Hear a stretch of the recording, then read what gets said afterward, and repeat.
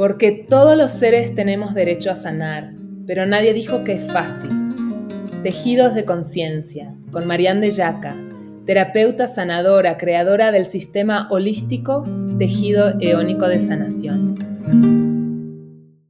Muy bienvenidos y bienvenidas, tejedores de conciencia. Bienvenidos a este nuevo episodio del podcast Tejidos de Conciencia. Hoy aquí con Marianne de Yaca tenemos el honor de darle la bienvenida a Juan Carlos de Yaca. Muy bienvenido y gracias por estar aquí, No, Juan gracias Carlos. gracias a ustedes. Juan Carlos, muy bienvenido y muchas gracias por haber aceptado estar aquí con nosotras. Quiero platicarles que Juan Carlos de Yaca, curiosamente, es mi hermano, por eso nos apellidamos igual. Juan Carlos, bueno, ya Anita va a leer toda la trayectoria de Juan Carlos, pero nosotros tenemos una relación, un vínculo muy estrecho. Ahora que leía yo toda su trayectoria cuando nos lo mandó, la verdad es que se me llenaron los ojos de lágrimas y me empezó a dar una emoción tan grande. Siento que es un honor para mí entrevistar a mi propio hermano. Tiene todo que ver, van a decir, ¿qué tiene que ver el hermano de Marianne con nuestro podcast, Tejidos de Conciencia? Pero tiene todo que ver, porque Juan Carlos es alguien que ha contribuido y que contribuye consistentemente al despertar de la conciencia y a la sanación de todos. Entonces, Juan, de verdad, estoy súper emocionada y desde el fondo de mi corazón te doy la bienvenida. Gracias por invitarme. Ya veremos cómo podemos hacer coincidir las líneas entre lo que ustedes están haciendo, que está muy lindo, y lo que hago yo, que básicamente es farándula, pero bueno, vamos a ver cómo vamos encontrando la manera de... Vas a ver Ajá. que Sí, vas a ver que sí. No es tan farándula, te No, quiero obvio, no, decir. Y estoy vas a ver jugando, que sí, sí. no Sí. es no somos no hacemos televisión para enajenar a la gente, pues, ¿no? Hay otra intención totalmente clara. Sí, va a fluir muy bonito Muy bien. en la conversación. Y les cuento entonces, Juan Carlos de Yaca es director y es guionista de cine. Su carrera se ha desarrollado escribiendo y dirigiendo cine, televisión y teatro. También es maestro de dirección, guión y actuación. Ha impartido cursos y clases magistrales en el Sistema Nacional de Creadores de Arte del FONCA, en la UNAM, en el Centro de Capacitación Cinematográfica y en la Universidad Iberoamericana, entre otros. Desde hace más de 10 años que tiene una clase de actuación para la cámara en el Centro de Experimentación Artística de Televisa. Tiene, muchísima trayectoria cinematográfica, les vamos a compartir algunas, se las dejamos igual en la descripción, que son Locos por la herencia, Así es la suerte, Por la libre, Santo Domingo, ese es un cortometraje, En el aire, Me voy a escapar, Monte Albán 1, Muerte, y varios más que les vamos a dejar en la descripción. También dirigió, es director de teatro, ¿no? Entre ellas ha dirigido 3 obras: La toma de la luna, de Langford Wilson, La mujer judía, de Bertolt Brecht, y El microencuentro, de él mismo. Así que, esta primera fue nominada en la categoría de la mejor primera dirección por la Sociedad Periodista de México. Tiene varios premios también que sus películas han recibido. Y es un honor. Tú dices que no sabes en qué vamos a coincidir, pero la verdad es que viendo algunas de tus películas sí tratas temas que son profundos, que trabajan en la conciencia, la herencia que traemos, los secretos en la familia, muchas cosas que nos impactan y que son parte de lo que cada ser humano viene a trabajar, ¿no? y a evolucionar en esta vida. Entonces, qué honor y muchas gracias por acompañarnos hoy. Gracias por invitarme y aquí estamos. Así es que tírenle. Cuéntenme, ¿qué quieren saber?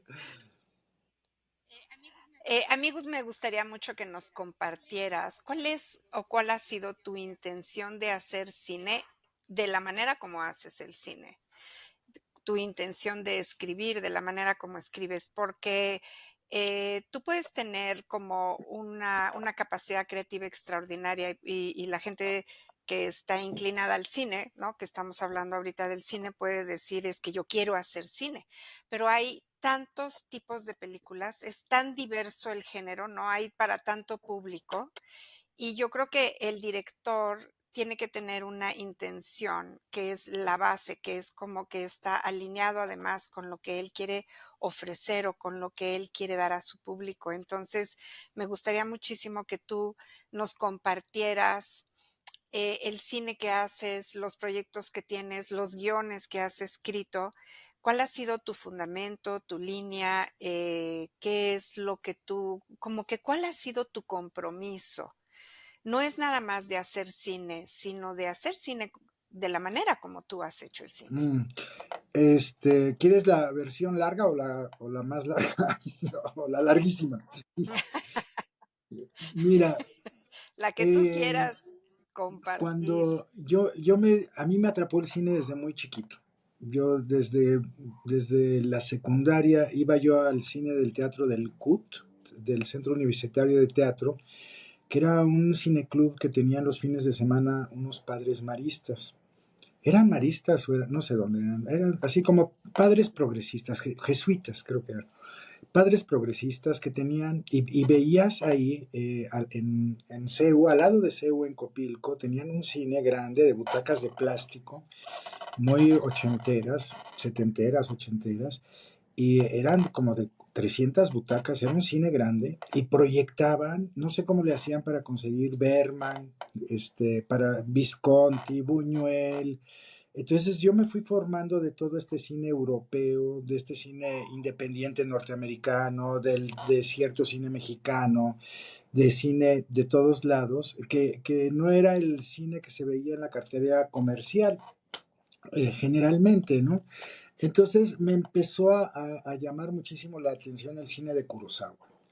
Y para mí el director japonés que hizo películas como Vivir, que les recomiendo mucho al público que se echen un clavado a este tipo de cine clásico. Es un cine de los 40, 50, en donde toca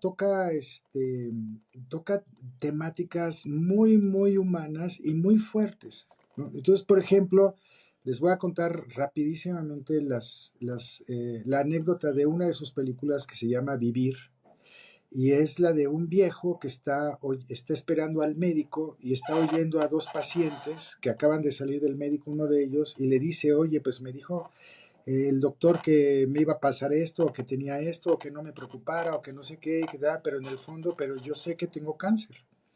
Entonces, cuando se mete con el médico, este personaje, que ya es un hombre de, no sé, 70, 80 años, el médico le empieza a decir las mismas cosas que le había dicho al que acababa de salir.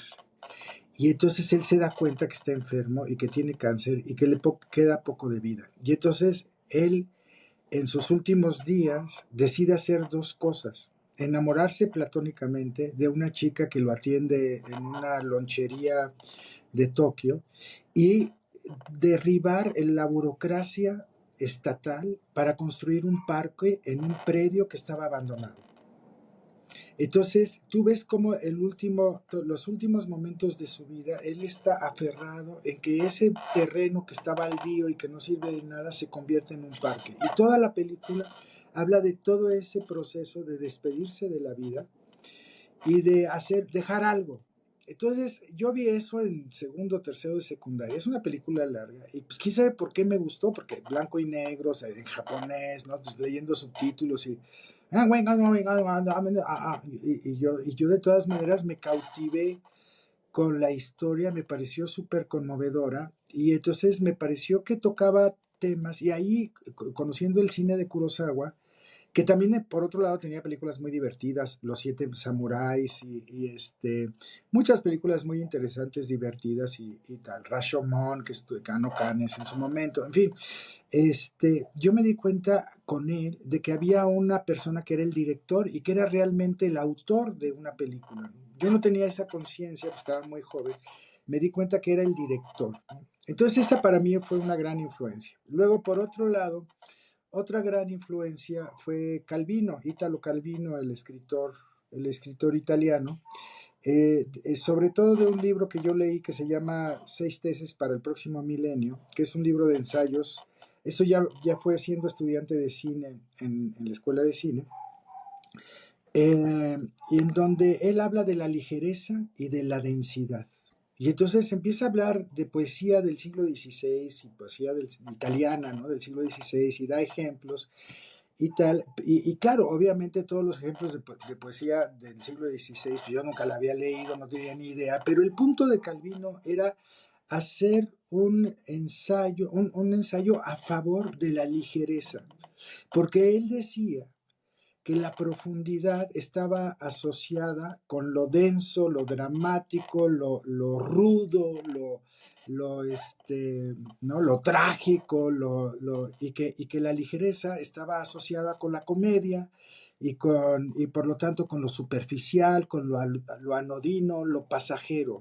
Entonces, me interesó muchísimo todo esto porque me conecté muchísimo con esta idea de Calvino de la profundidad de una historia no tiene que ver con eso. Podemos ver tragedias espantosas que son muy superficiales o podemos ver cosas muy ligeras que tienen su profundidad.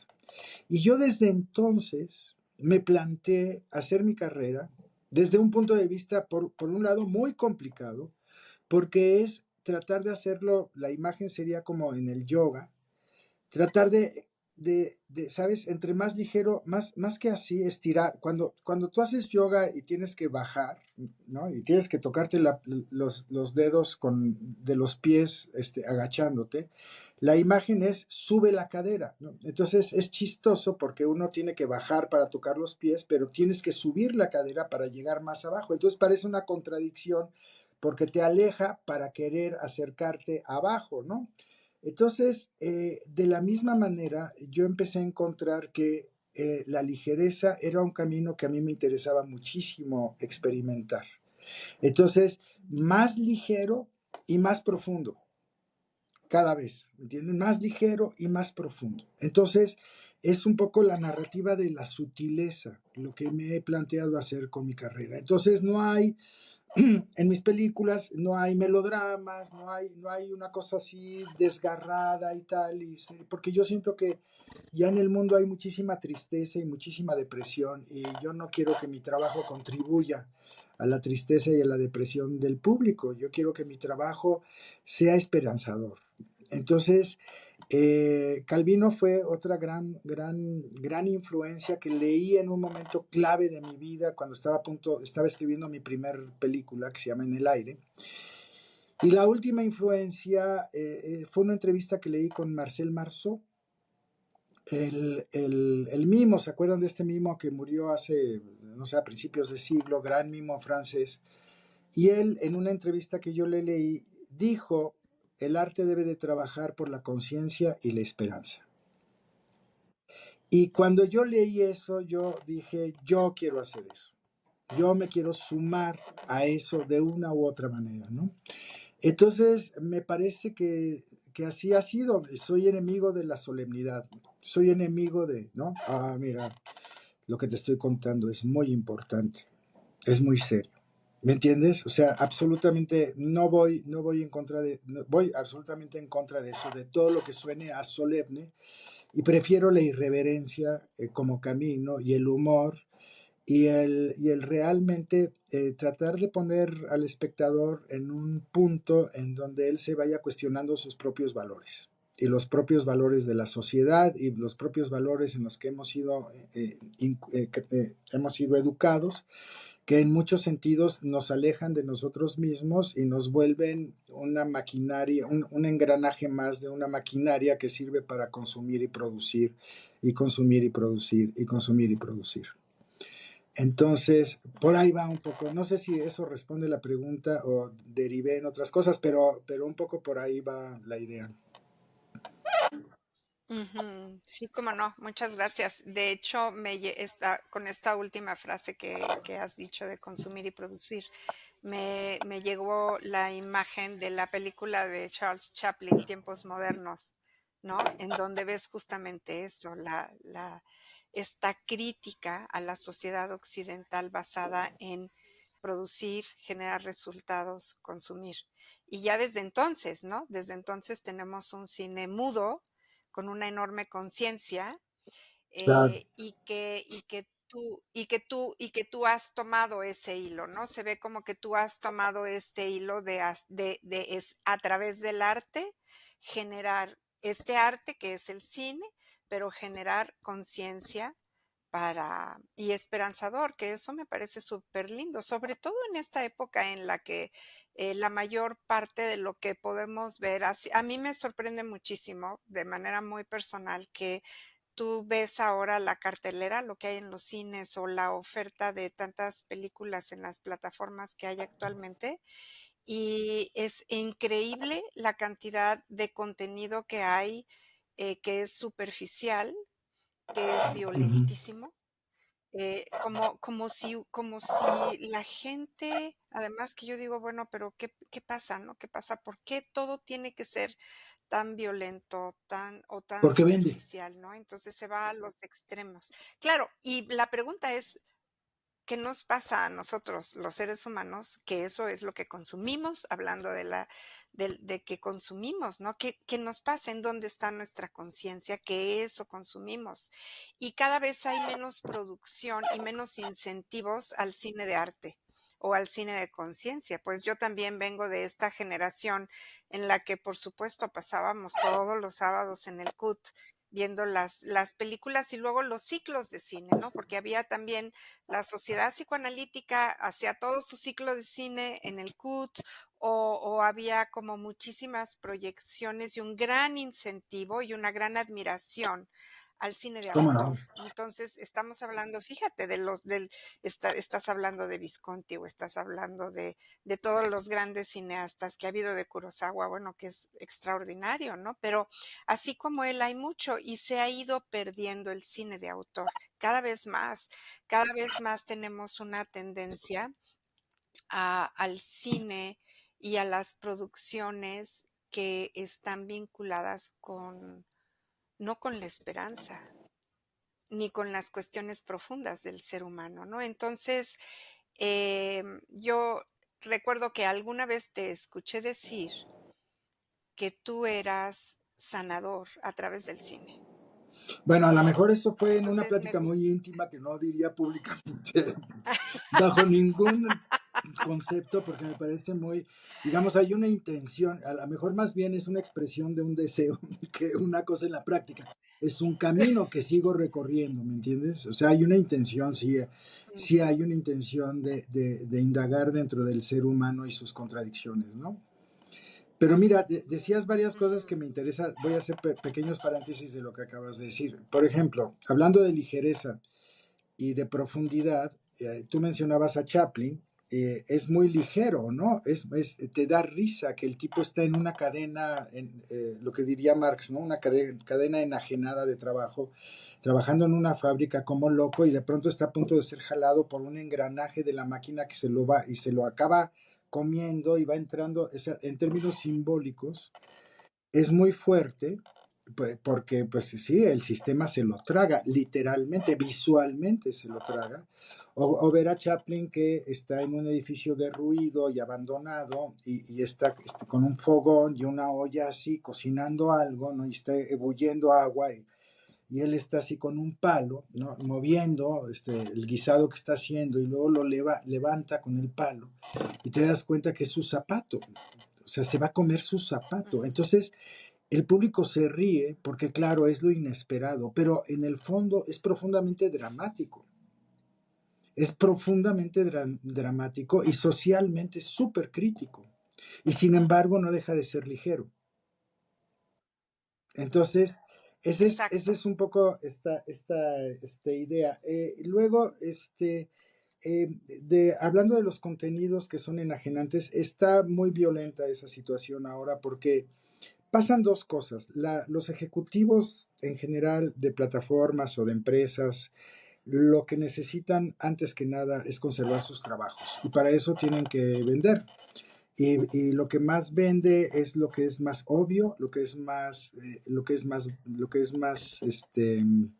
violento, lo que está ya muy sobado es contar la misma historia de otra manera chistosita, ¿saben? Es como una cosa como muy fuerte, y por el otro lado, la generación de la violencia en los contenidos no tiene ningún freno. O sea, por ejemplo, tú te vas a un camión, te subes a un camión con tus hijos, es brutal lo que pueden estar expuestos los niños, porque proyectan puras películas en los camiones y no hay manera de hacerte para un lado, porque está ahí, o en las camionetas que van a Cuernavaca, o en fin, o sea, tú ves en las pantallas así, y hay niños que se suben porque van a Cuernavaca o se están trasladando, y lo que hay de opción para ver y está enfrente de tu asiento y no lo puedes quitar, es una película donde hay una violencia brutal y donde no hay cero contenido más que violencia, violencia, violencia, y sobre todo, y muchas veces, violencia, pues casi casi que feminicida, ¿me entiendes? O sea, si la violencia se ejerce sobre mujeres, pues está bien, igual, está bien, o sea, que se proyecte, o sea, es increíble. O sea, yo he puesto así en las estaciones de camiones críticas de, oigan, o sea, hay niños, o sea, hay niños que suben al camión o a la camioneta que va a Cuernavaca, Oaxaca, y están expuestos están obligados a ver ese tipo de contenido, no puede ser. O sea, ¿hasta dónde ha llegado nuestra ceguera como para que en los restaurantes pongan en la televisión peleas de estas de patadas y estas me parecen durísimas, me chocan estas las peleas que hacen ahora, ¿no? Que están como en un gallinero los peleadores y se vale de todo, ¿no? Y entonces, y la gente está comiendo y está viendo eso al mismo tiempo. Comen mientras ven ese tipo de violencia, y está tan asumido por nosotros pues que hay que contrarrestar, como sea posible con otro tipo de contenidos, porque es brutal la violencia a la que estamos expuestos y estamos tan acostumbrados que no nos importa que nuestros hijos lo vean. Y me parece tristísimo eso, gravísimo y tristísimo, porque lo mismo pasa en la televisión, y bueno, ahora les dan el iPhone, el celular a los niños y los exponen a ver una cantidad de cosas tremendas, ¿no? Entonces, bueno, gracias al cielo hay otro tipo de contenidos, ¿no? Y hay otro tipo de cosas que son las que hay que promover.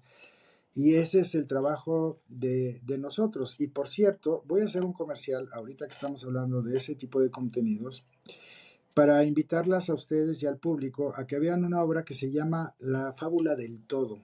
Es una obra de teatro. Yo no tengo nada que ver con ese proyecto. Me hubiera encantado tener algo que ver con ese proyecto porque me pareció fantástico.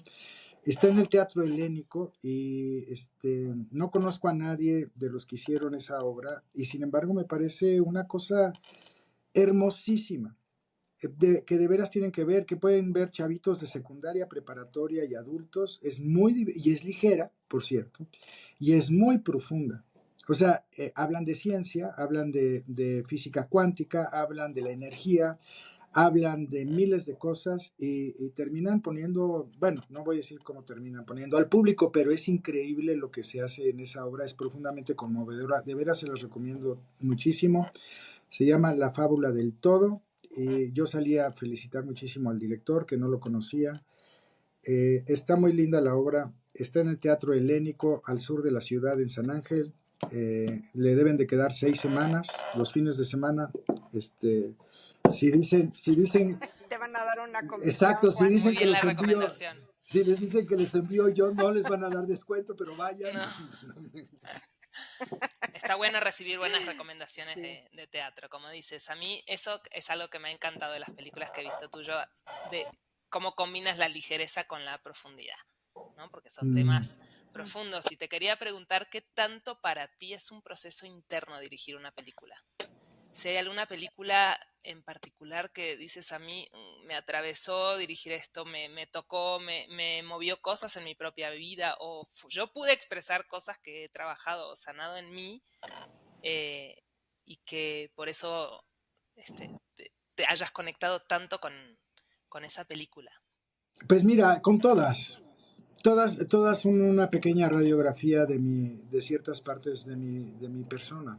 Y no es que me lo proponga, es que así sucede, así me sale, así sucede, ¿me entiendes?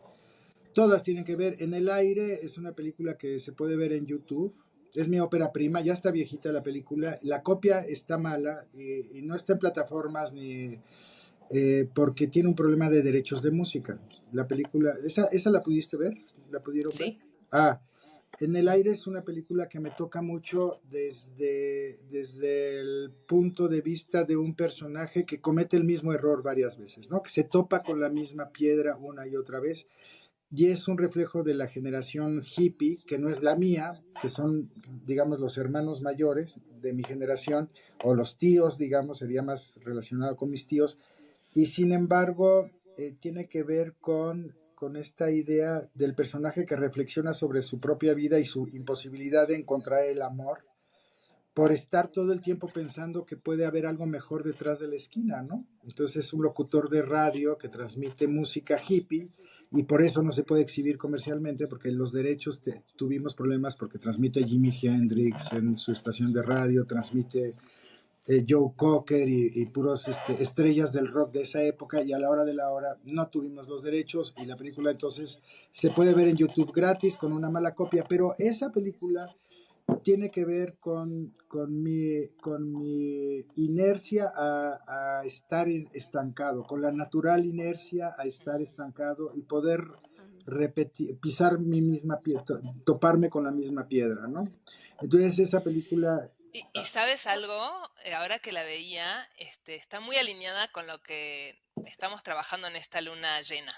Porque también hay una parte de este conductor de radio que idealiza un amor del pasado como lo máximo cuando en realidad, pues, es una está, ilusión, es una ilusión. claro, Y como muchas veces nos pasa como personas que ese primer amor tan fuerte que tuvimos o alguna pareja importante nos cuesta tanto soltarla por esa idealización y ese que con el tiempo y la distancia se hace más grande, ¿no? Ay, claro, ese sí me quería de verdad, ¿no?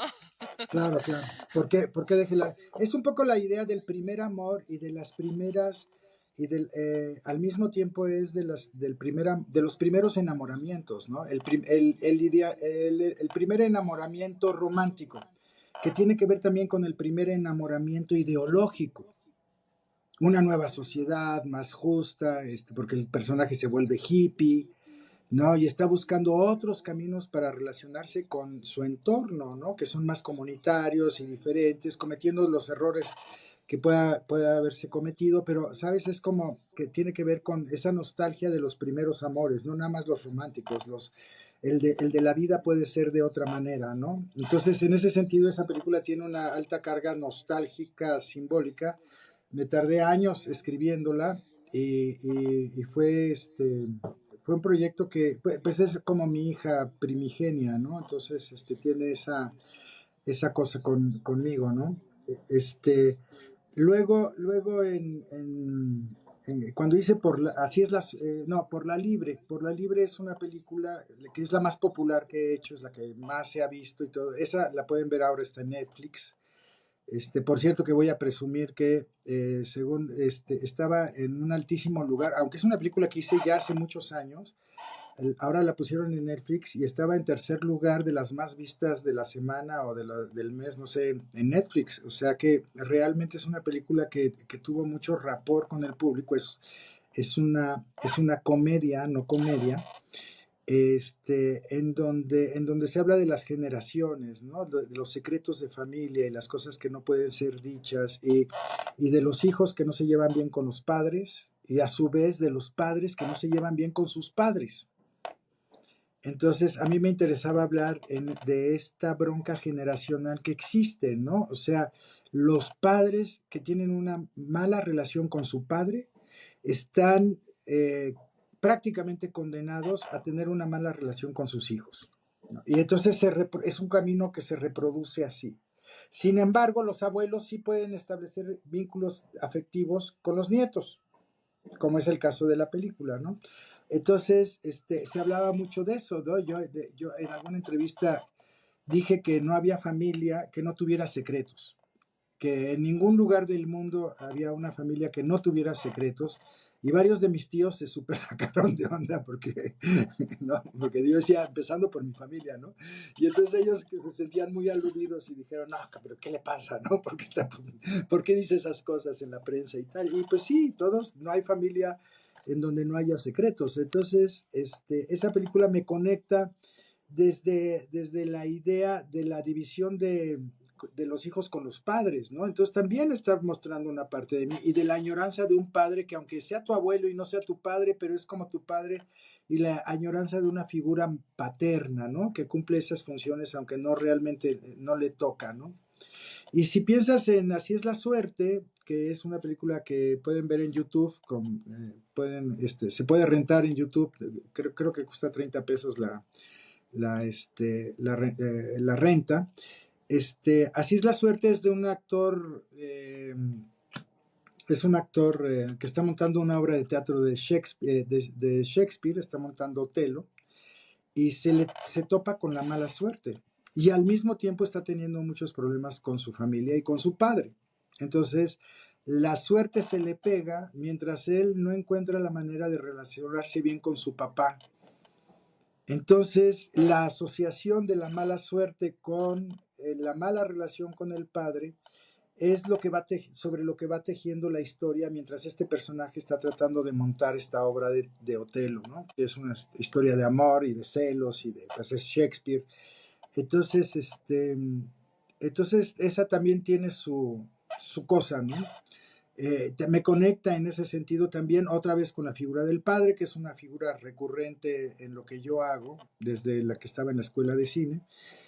La idea del padre, ¿no? La imagen del padre, ¿no? La relación con el padre, la ausencia del padre, en fin, este tipo de cosas es un tema que a mí por razones personales me incumbe, me toca, me mueve. Y antes lo veía como de ya no voy a hacer nada que tenga que ver con eso, y sin embargo vuelve a salir, quiera o no, de una u otra manera. Y entonces ya más bien me dejo de pelear y dejo que eso siga sucediendo, ¿no? Entonces, y la última que he podido sacar hasta el momento se llama Locos por la herencia, así le pusieron, es un título horrible, pero así le pusieron los distribuidores pensando que iba a ser más comercial y que iba a jalar más público y ta. Yo le quería poner un eslogan a esa película que abajo del póster dijera, con dinero o sin dinero, siempre heredas. Porque lo que le pasa a los personajes es que están heredando la cantidad de problemas y de contradicciones de los progenitores o de las personas que los criaron, ¿no? Entonces, si ustedes se dan cuenta, en general mis temas son familiares y los conflictos en muchos sentidos son internos. O sea, los personajes tienen conflictos internos más allá de yo quiero conquistar, llegar a ser presidente, o no, yo quiero ser el director de la empresa, o yo quiero, o sea, más que cosas así, o yo quiero conquistar la aldea, mis temas son más bien como temas que tienen que ver con situaciones de crecimiento personal, digamos, ¿no? Y los fantasmas internos que cada uno maneja. Y lo hago de manera ligera por esta aversión que tengo a la solemnidad y esta inclinación a seguir buscando entre lo ligero y lo profundo. Ujú. Y yo, fíjate que a mí me gustaría decir aquí que no es solamente como todos estos temas del camino interior o de los procesos interiores en el desarrollo del ser humano. También en tus películas hay una crítica a los juicios, a ciertos valores, a ciertos esquemas, a creencias, a todo esto que a mí también me parece muy, muy valioso, ¿no? Y lo haces, no, la crítica o no lo quiero poner como crítica, pero es como una evidencia de cómo es que nos manejamos con una serie de pautas en la vida, ¿no? Por ejemplo, en esta película de Por la Libre, la manera de relacionarse con la muerte. Eso a mí me parece interesantísimo, ¿no? ¿Cómo, qué pasa con esas cenizas? Con esas cenizas que van en la urna, que la urna cabe en un antro, ¿no? En una discoteca, que es, o sea, es toda la relación con la muerte, la apropiación de el hombre que muere, que había dicho yo no quiero que con mis cenizas o que con mi muerte se haga esto, esto, esto, pero el hijo dice que sí, que sí, que sí, que lo tiene que hacer porque es como un quedar bien del Socialmente, hijo sí. y el hijo que socialmente, pero los nietos que dicen, no, hay que seguir la voluntad del abuelo y se roban las cenizas, ¿no? Y entonces ahí empieza la aventura de Por la Libre. Me parece una manera extraordinaria de relacionarse de esta manera tan libre de relacionarse con la Mm, muerte y de quitarle peso y significado al dolor, pues no al dolor, al apego, a los paradigmas de lo que podría implicar una persona que ha fallecido, ¿no? A lo que haces con las cenizas, ¿no? O sea, en lugar de tenerlas en un altar con velas y con flores y todo, que es lo que muchos de nosotros haríamos, ellos no, ellos se las llevan de viaje a Acapulco y están en los antros y sucede toda una historia de amor y luego salen secretos, que para variar es también un tema recurrente en tus películas, la liberación de los ujú. secretos. Y la liberación de los secretos, desde nuestra perspectiva como sanadoras, es un camino de profunda sanación, ¿no? Entonces, por eso es que te digo que tus películas yo encuentro muchos puntos en común como mucho contexto, en donde la persona que va a ver una de tus películas no solamente se va a morir de la risa porque todas son muy chistosas.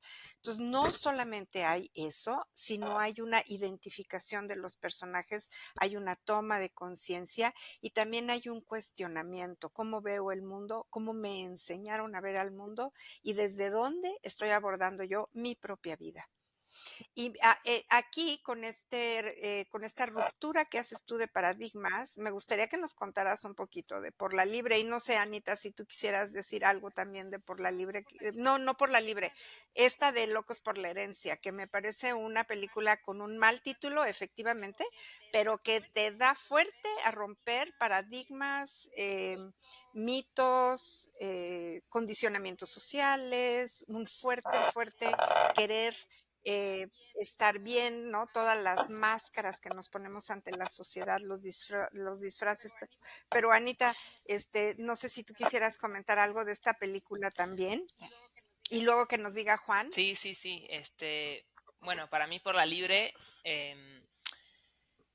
también me dejó reflexionando cómo esos secretos impactan en tu forma de vincularte con la vida, ¿no? El evadir la vida o el estar enojado con la vida y también los vínculos rotos, como dices, el vínculo roto con tu papá, con tu mamá, el abandono, cómo genera toda una manera de vincularte con la vida o de estar desconectado de la vida, ¿no? Ujú.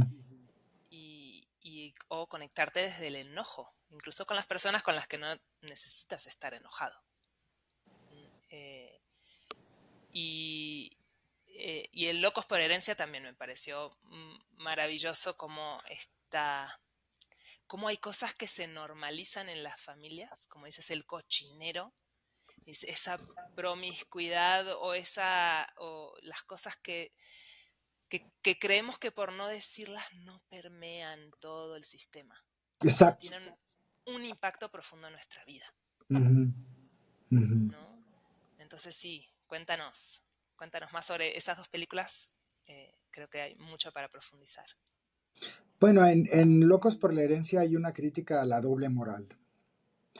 Justamente la doble moral es la que permite que esta familia pudiente, de altos recursos, con esta casa tan grande, llena de crucifijos, que se relaciona con sacerdotes, ¿no? Que el sacerdote amigo de la familia llega ahí a pintar a la mujer, en fin, a la tía, hay una doble moral, ¿no? O sea, el cochinero está dentro de la casa sin embargo no está bien visto que los hermanastros tengan la relación que tienen, ¿no?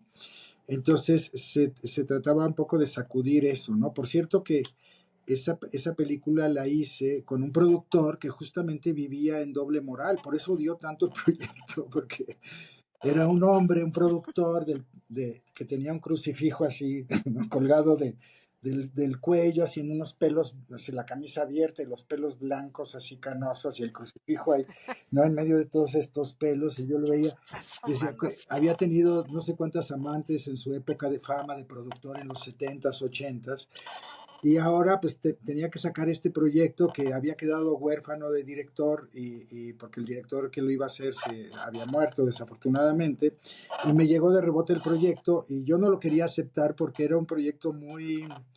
No me gustaba nada el guión, me parecía inocuo, era una como sexy comedia horrible en donde no había hermanastros, no había nada de lo que estaba planteado. Entonces yo le planteé al director y le dije, voy a hacer esta película, me voy a quedar con la tía, con la herencia y con los hermanastros y voy a hacer otra historia. Y me dio un mes para reescribirla, o sea que fue muy al vapor todo, y durante el rodaje agregaba y quitaba escenas y hacía modificaciones. Fue muy divertido porque en cierto sentido esa película es un enorme ejercicio de improvisación. Y a los actores les dije, les aviso que no tengo todos los pelos de la burra en la mano. O sea, esta película no la tengo segura, nos la vamos a ir a encontrar en el camino. Y si ustedes están de acuerdo, vamos, porque así es, porque tenía que estar filmando en 2 meses y tal, ¿no? El productor no había ni leído el guión que hice. O sea, se lo dio a su equipo y les dijo, órale, ahí está el guión, no, háganlo. Pero cuando vio la película se súper sacó de onda porque estaba criticando la doble moral, que era la vida que el mismo productor tenía, la quiso censurar. O sea, fue un viacrucis esa película hecha con 3 pesos y así al vuelo. Pero bueno, lo que importa temáticamente, hay varias escenas que me parece que me gustan mucho porque reflejan visualmente la situación del cochinero que están heredando los jóvenes hermanastros. Y una de ellas es cuando la tía le platica al sobrino la realidad de la historia de la familia, y mientras se lo está contando hay una mosca que vuela, ¿no? Y entonces la mosca que vuela de pronto pasa por el cuadro en donde está el padre, ¿no? El patriarca, ¿no? O sea, siempre súper formal, y pasa la mosca por ahí, y luego ves que la mosca pasa por todas las imágenes del recuerdo de la tía, ¿no? La tumba de la mamá, el papá que estaba teniendo relaciones sexuales con la muchacha en su propia casa y que la embarazó y que la corrieron, y todas estas imágenes que van descubriendo esta historia, la mosca, la misma mosca, es la que va ligando todas estas historias y la que llega al presente y se para en el sillón. Entonces, cuando el sobrino ve que la mosca sigue ahí y que está en el sillón al lado de la tía, de pronto se levanta y trata de matarla y da un manotazo, y la tía se espanta porque piensa que va a ser en contra de ella el manotazo. Y entonces, y la mosca vuela y ella le dice, ¿la mataste? Y él dice, no. No pude. O sea, hay una cantidad de cosas visuales y que tienen mucho sentido del humor de la película y que me caen, que me parece que quedaron bastante bien. Eh, en fin, con los errores que también tiene la película por esta cosa de haber sido al vapor, yo ahorita ya lo hubiera hecho un poco de otra manera, como todas.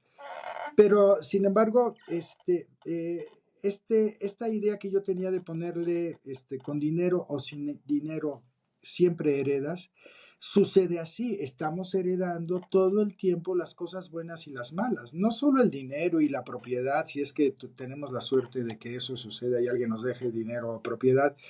Eh, no fue nuestro caso, afortunada o desafortunadamente, pero siempre heredamos otras cosas, ¿no? Por códigos de comportamiento, ¿no? Heredamos una carga que nos está pesando, estemos conscientes o no de ella. Y eso es un poco de lo que habla de la película. Y esa carga no nos permite actuar con libertad, a no ser que la veamos, que la podamos visualizar, ¿no? Entonces, ese es el sentido de la película. Ahora, no fue muy popular la película porque es una película que siento que trabaja sobre la sutileza, ¿no? Sobre mucha sutileza y así, bueno, pues no es tan fácil conectar, ¿no? Probablemente, fíjense que a mí muchas veces la gente me dice, oye, volví a ver tal película tuya y me gustó más.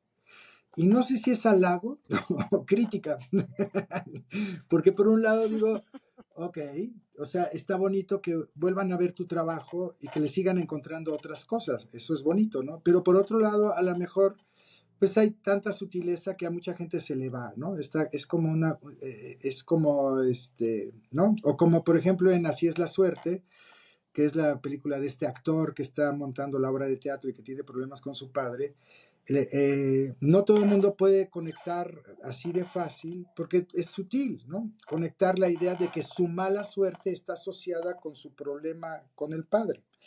Pero entonces la pregunta que yo me hago como narrador es, ¿importa que conecten racionalmente o no es necesario que conecten racionalmente? Sino que se quede un algo ahí que pueda hacer que el espectador de pronto pueda seguir pensando la película después de haberla visto, ¿no? Es que además eso es lo que pasa, Juan, en la vida, ¿no? Cuando estás incluso en tu proceso terapéutico, muchas veces hay cosas que las ves, pero no las terminas de captar o asimilar. Y recién en un año, si estás listo para captar algo más de ese mismo proceso, captas otro poquito. Y yo creo que por eso es tan valioso las películas que sí puedes ver una y otra vez. Y dices, ahora veo otro pedacito más. Otro pedacito más. Ujú. Sí, sí. Yo acabo de ver en la Cineteca por enésima vez El sacrificio de Tarkovsky, que es su última película, que es Tarkovsky, es este gran gurú del cine mundial, probablemente el mejor director que haya existido. Y ahora encontré muchas más cosas y otras sigo sin entender. Y sin embargo, aunque hay muchas cosas que sigo sin entender, quiero volver a ver la película, la podría volver a ver. Ya deja tú para entender, ¿no? Pues nada más para verla, porque hay algo ahí que se mueve adentro, que es muy profundo y ni siquiera lo puedo describir con palabras. No pasa por la razón, ¿no? Qué bonito, qué bonito, qué bonito. Sí, muy bonito. Pues no sé, Juan, si quisieras comentarnos como para ir cerrando esta entrevista, ¿qué mensaje nos quieres dar a nosotros como espectadores? ¿Qué mensaje con respecto a la conexión? Y bueno, yo deseo profundamente que haya más directores de cine y más creadores que estén dispuestos a que su arte sea una contribución para la conciencia del ser humano y para el despertar, y que eso los lleve también a su sanación, por supuesto. Y a los Pero, ejecutivos, a las gentes que deciden a dónde ponen el dinero, ya sea el dinero público, por fideicomisos y ayudas al cine, o ya sea por inversión, o ya sea o sea, que haya una voluntad, de que haya una voluntad social en ellos y que no nada más impere lo comercial. O sea, eso yo me encantaría, y que haya más conciencia de la gente de lo que se exhibe, ¿no? Los que deciden qué va a ver el público, ¿no? No todo es, bueno, supongo que sí, todo es conservar el empleo, pero hay algo más, ¿no? O sea, hay algo más, ¿no? Que debería de suceder ahí, que es esa conciencia de qué consumimos. O sea, cada que nosotros consumimos y dejamos que nuestros hijos vean una película de alta violencia o sexualización impúdica, estamos contribuyendo pues a que haya más contenidos de esos, ¿no? O sea, sería lindísimo que pudiéramos abrirnos, porque en estos momentos de altísima violencia mundial y nacional a la que estamos enfrentando, yo estoy convencido de que solo el arte es una alternativa que puede paliar y que puede contrarrestar tanta violencia.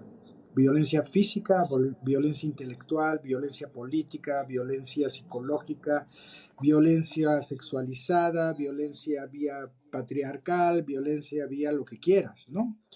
Eh, este, yo creo que en este sentido, como decía la película de Tarkovsky que acabo de ver, en un diálogo que repite 2 o 3 veces, estamos ciegos. Entonces, se trata de abrir los ojos, ¿no? Entonces hay que tratar de abrir los ojos y saber que lo que consumimos promueve que se siga habiendo lo que consumimos es lo que nos estamos llevando adentro del alma, ¿no? Y si lo haces Así antes de es. dormir, pues peor. Ujú. Sí, Y realmente tú, sí, mira, perdón, ¿sí? no, sí. No, no, nada más iba yo a contribuir con un pequeño comentario de tanta gente que ve la televisión antes de dormir. Dicen que para relajarse, y los programas que ven son con un altísimo contenido de violencia, No, o ven las altísimo, de noticias, ¿no? violación, O de sea, masacre. imagínate tú, ¿no? Pues, Y en no, Sinaloa, ey, 14 muertos, y o sea, que, no, y las imágenes y tal, no sé, eso es terrible eso. sí, Sí, sí, sí. sí, sí, sí. Mejor leer un libro. Ujú. Y también dejarles, a mí me gustaría dejarles como esta reflexión a los tejedores de conciencia que nos escuchan, de hacerse responsable cuando estás viendo una película, primero de qué estás consumiendo y después de realmente reflexionar sobre lo que viste. He visto tantas personas que termino de ver una película con ellos y digo, o sea, ¿qué se te movió? ¿Qué opinas? Y es como que en realidad no era solo entretenimiento, como lo siguiente, Ujú, en vez de hacer ujú. un momento de reflexión y decir, ¿qué se me movió a mí con esto?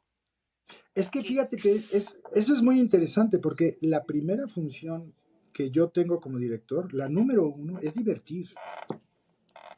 ¿Me entiendes? Yo tengo que divertir porque si no, ¿quién va a ir al cine? O sea, yo tengo que divertir al público y me siento honrado cuando puedo ir a una sala de cine y ver la película proyectada en la pantalla grande y me puedo voltear hacia el público a ver la cara del público, porque es lo que hago. Digo, ya la película ya para entonces ya la escribí, ya la filmé, ya la edité, ya le puse música, ya me la sé. O sea, no quiero ver la película ya. Quiero ver la reacción en la gente y es maravilloso ver cuando siento que lo que les estoy contando al público lo tiene captado, lo tiene capturado en el universo narrativo que le estamos presentando tanto yo como las gentes que hicimos la película, ¿me entiendes? Pero la función número uno es divertir, pero no solo eso. Pero no solo eso. El no solo eso es la gran diferencia entre ver un programa en la televisión que también te divierte, ¿no? El no solo eso esa es la responsabilidad para mí. Justamente sí divertimos, sí, cómo no, con mucho gusto. Y a mí no me gusta que me aburran, ¿eh? A mí también me gusta que me capturen. Entonces, por un lado es sí, pero no nada más. Qué bonito. Claro, es como la risa, como un camino que acompaña a la conciencia. Claro, porque la risa relaja y expande, ¿no? El llanto contrae, ¿no? Ujú, ujú. La Lo cual no está ligereza. mal, lo cual no está mal. O sea, yo no estoy hablando mal de, No, ¿no? claro.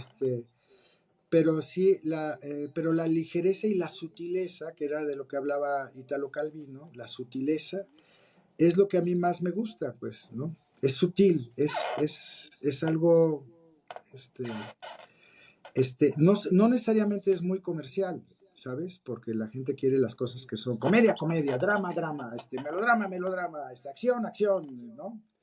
Suspenso, suspenso, en fin, pero y no esta cosa que yo hago que es como un poco que toca varios géneros al mismo tiempo, ¿no? Ujú. Así es, así es. Ah, qué bonito. Muchas gracias, Juan Carlos. Yo No, creo que hombre, pues esta un placer. es un placer tenerte aquí, la verdad. Gracias por tu tiempo, por tu compartir y una enorme invitación a todos a que profundicen más en el cine arte, en este cine que nos lleva por otros caminos, como dices. No por lo Sí, comercial, no para Sí, el puro consumismo, sino también para pues para buscar puntos de contacto con nuestra alma, con nuestro crecimiento, mientras compartimos un pedazo de arte. Sí, yo creo que, nada más por Así último, yo es. creo que nuestro público está muy mal acostumbrado a la imposición hollywoodense que plantea el villano, el bueno, el malo, el ritmo, y entonces todo lo que se sale de eso, el cine argentino, el cine iraní, el cine europeo, todo lo que se sale de eso al público ya le empieza a sonar pues muy raro porque están tan habituados a reproducir, y el cine mexicano en muchos sentidos se mimetiza, busca, emula a este tipo de cine hollywoodense, y claro que nunca vamos a llegar a eso porque no tenemos ni los presupuestos, ni los tiempos, ni las condiciones como las tienen ellos, pero al mismo tiempo, pues, yo diría, ¿y por qué queremos, no? ¿Por qué tenemos que, no? Exacto. O sea, el chiste es que nos vayamos abriendo a ver otro tipo de cine y que vayamos encontrando grandes maravillas que existen aquí, allá y acullá, en donde podemos ver otras maneras de contar historias y de Y conmover. aunque en tu película no hay un villano y así, sí hay un camino del héroe. Que el camino del héroe es el camino de la evolución, es el camino del reto que te pone la vida para sacar tu mejor versión, para enfrentarte a tus demonios, que es parte también de lo que invitamos a todos a hacer. Ese Sí, sí, camino de tu Ujú. héroe personal. sí, sí, sí. En ese sentido, luego les voy a platicar de mis proyectos, de las historias que tengo escritas para ser filmadas y del trabajo que cuesta por esta sutileza que la gente le quiera apoyar el proyecto, ¿sabes? Es muy complicado, porque aunque sea ligero y aunque sea, la gente como que no lo ubica como algo muy, no es concreto, ¿me entiendes? Son historias tejidas sobre la sutileza, y entonces de pronto la gente no le da el golpe al guión porque dice, qué raro, ¿no? No Sí, saben bien pues a bien. ¿dónde están los balazos? ¿No? ¿Dónde están los O lo balazos? ¿Dónde concreto, están las o la muertes? historia concreta, no necesariamente, ni siquiera Mm, o sea, ¿dónde está la historia concreta? No, bueno, pues es que el personaje, en este caso, de una película que se llama 20, y es de una chavita que pierde a la madre mientras está terminando la preparatoria y solo le falta un examen de matemáticas para poder conquistar la preparatoria y terminar de una vez por todas con esa prepa que ya la tiene hasta el gorro, y justo en esos momentos, cuando está haciendo el examen de matemáticas, se le muere la madre.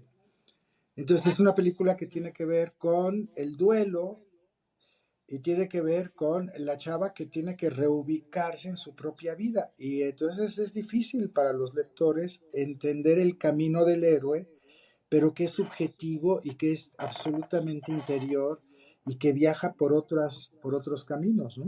Entonces, en fin, pero bueno, hay una cosa que sucede con los directores, y es que todos tenemos que ser, más que talentosos, necios, muy necios, para estar ahí duro y dale hasta que logramos hacer algo, ujú. la siguiente película.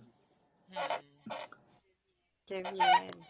muy bien. Pues gracias por la terquedad, Juan. No, no hay que desistir. Gracias por tu compromiso y por entregar tu misión de vida a través del arte, del cine concretamente y de la literatura también, porque también eres escritor.